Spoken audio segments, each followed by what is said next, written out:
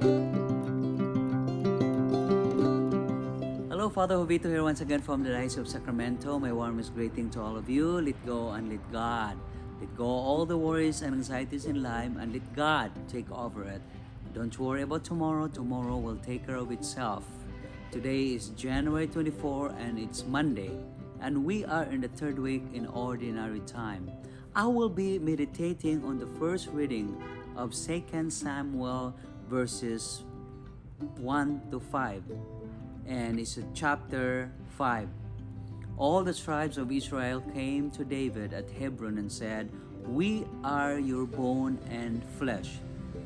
In the past, when Saul was the king over us, it was you lead Israel, and Yahweh said to you, you shall be my shepherd of my people Israel, and you shall be the commander over Israel."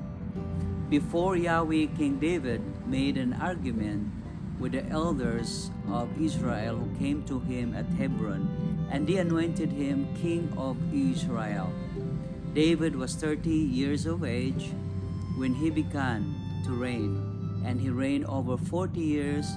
He reigned over Judah from Hebron, and 7.5 years, and over Israel and Judah from Jerusalem for 33 years.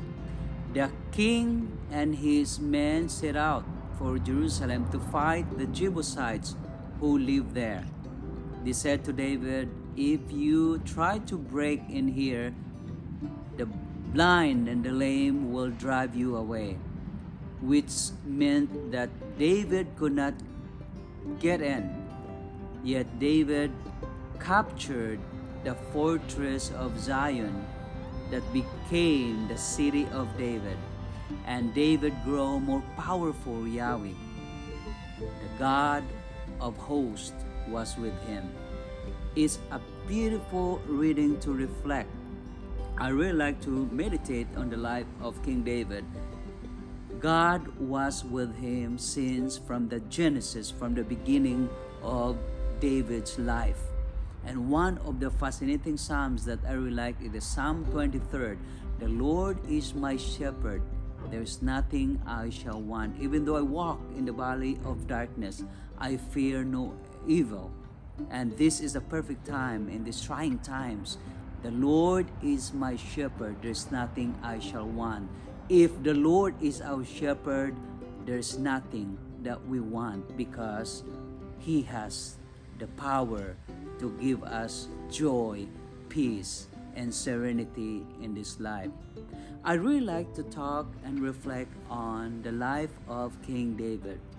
Since from the beginning, the Lord was with him, and the Lord found favor to him. And at the beginning of time, he won against Goliath and a lot of wars and the battle because the Lord was with him.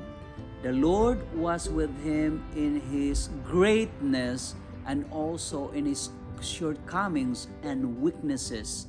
And the Lord knows his heart, his mind, and his soul.